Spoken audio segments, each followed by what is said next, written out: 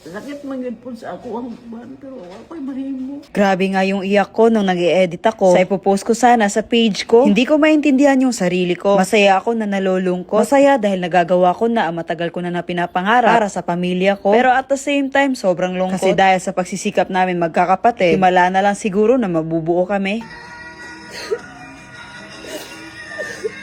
Mahirap man tanggapin pero yun talaga ang realidad. Habang nagsisikap tayo para sa mga pangarap natin, kailangan natin isakripisyo yung ibang importanteng bagay. Kaya naman napagdesisyonan ko na bumaba at puntahan si mama. Happy daw siya kay sa una wa daw manda, nagamay daw ang balay.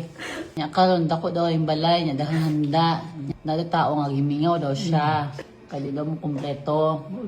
Wala man na to ani, og magtapok ta, wa man tay kaugmaon, kanya-kanyang tagsikap para makabot na to atong pangangailangan. So isacrifice yun na to atong mga pagbati, kamingaw, nga inana ba ako.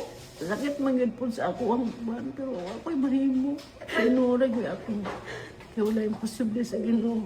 11 kasi kami magkakapatid. Yung iba nasa ibang bansa na. Dalawa lang kami sa aming magkakapatid ang magkasama ngayong Pasko. Bigla ko lang din kasi na-miss yung dati. Yung mga ate ko, binibigay talaga ang lahat para mabigyan ako ng regalo. Kaya naman mas lalo ko silang na-appreciate ngayon. Lalong-lalo na kay mama na ginagawa talaga ang lahat para sa amin.